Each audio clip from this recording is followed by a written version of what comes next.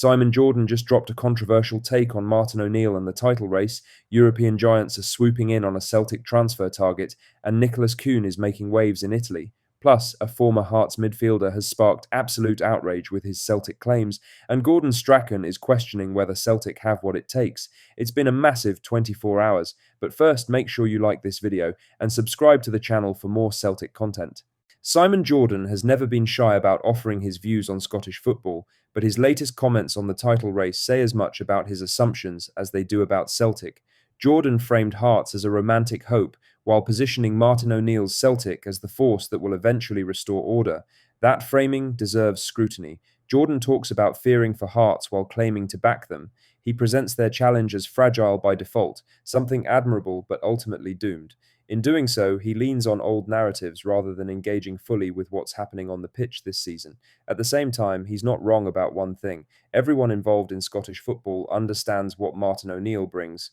His return isn't ceremonial. It's not about nostalgia or holding a seat warm. He's been brought back because Celtic believe he can organise a title run under pressure. Where Jordan's argument slips is in how casually he treats Hearts' position at the top as something borrowed. Hearts aren't leading because of luck or goodwill. They're there because they've been harder to beat than Celtic for long spells, sharper in transition, and more consistent away from home. Here's what Jordan said on TalkSport. I fear for Hearts that they're going to get reeled in. My fear is Hearts run out of legs and run out of quality in the longer term. I hope they don't because it would be good for Scottish football. He said O'Neill knows he's been brought in, not just to hold the fort for someone else to come through the door. He's been brought in to win the league. When I said Hearts running out of legs, I didn't mean energy, I meant nous. Wherewithal against two established powerhouses in Scottish football that know how to win the Scottish Premier League. I just got the feeling because of the wherewithal, because the way Scottish football has been configured forever and a day, and there's a reason why nobody else has won the league since Aberdeen. It's because there's a dominance, there's a know-how, expectation. I hope the orthodoxy gets broken, but I fear that it won't. I'm surprised that out of the two, it's Rangers who have emerged. I still feel that Martin will probably come to the fore, and Celtic will possibly hunt Hearts down.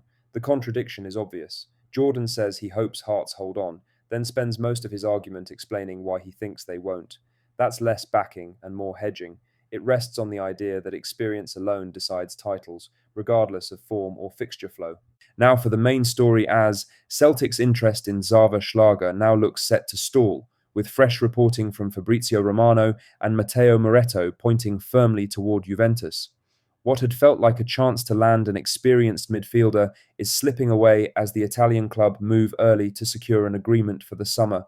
The timing matters. Schlager's contract situation made him attractive to several clubs operating outside the top financial tier, Celtic included. A player nearing the end of his deal, still in his prime, and used to high-level football, is not a profile Celtic often get a clean run at. That window is narrowing. Juventus stepping in shifts the balance quickly. They're not acting on impulse or reacting to market noise. They're targeting players who will be available without a transfer fee and building their next midfield with that in mind. Schlager fits that plan, and Celtic are now competing with a club that can offer both wages and status.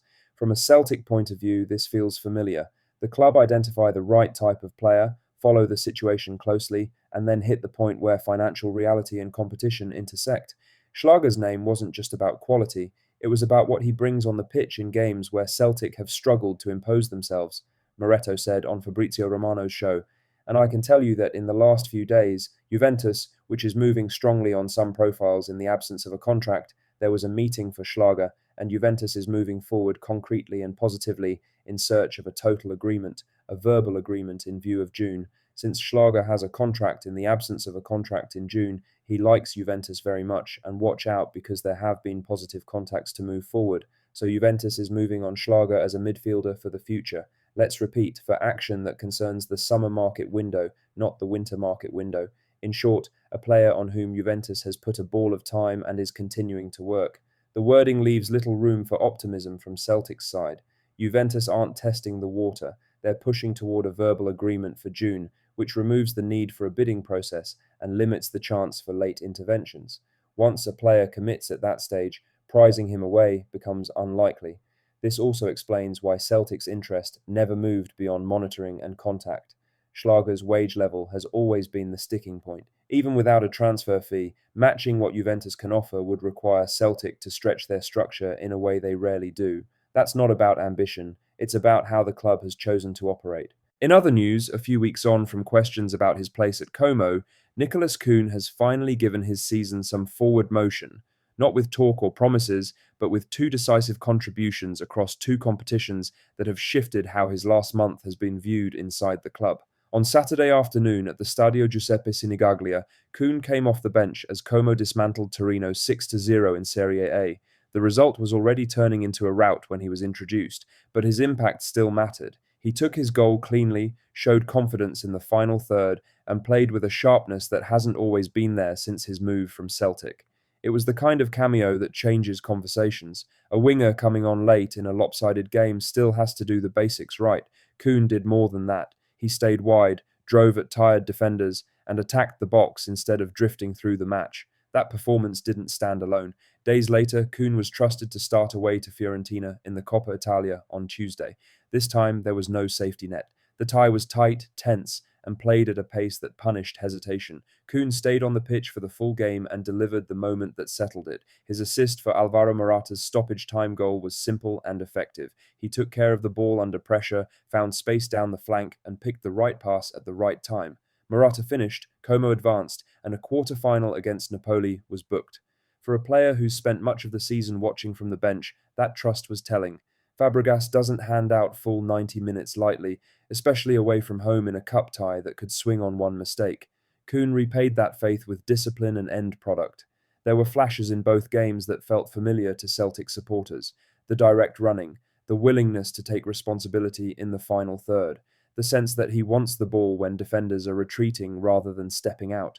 Last season, during his first 6 months in Glasgow, Coon thrived in exactly those moments. He attacked space early, combined well with overlapping full backs, and played with a freedom that came from knowing he would start again the following week. That rhythm has been missing in Italy, where appearances have been shorter and chances harder to come by. Lastly, former Celtic manager Gordon Strachan has offered his view on the Scottish Premiership title race as it stands after 23 games, with Hearts setting the pace. Derek McInnes's side sits 6 points clear of Celtic and 4 ahead of Rangers, putting real pressure on both Glasgow clubs as the season moves on. The weekend draw at Tynecastle did very little to change the table for Celtic, but it sharpened the focus on how each team is being led. Strachan knows the demands of managing Celtic better than most, having dealt with title races, hostile away grounds, and expectation from every angle. Watching from the outside, he sees clear differences in how Martin O'Neill, Danny Rowell, and Derek McInnes approach the job. Those differences, in his view, are shaping how the race is unfolding. That's all for today's Celtic news. Don't forget to like this video, subscribe to the channel, and hit that notification bell so you never miss an update. We'll be back later with more breaking news and updates. Come on you, boys in green.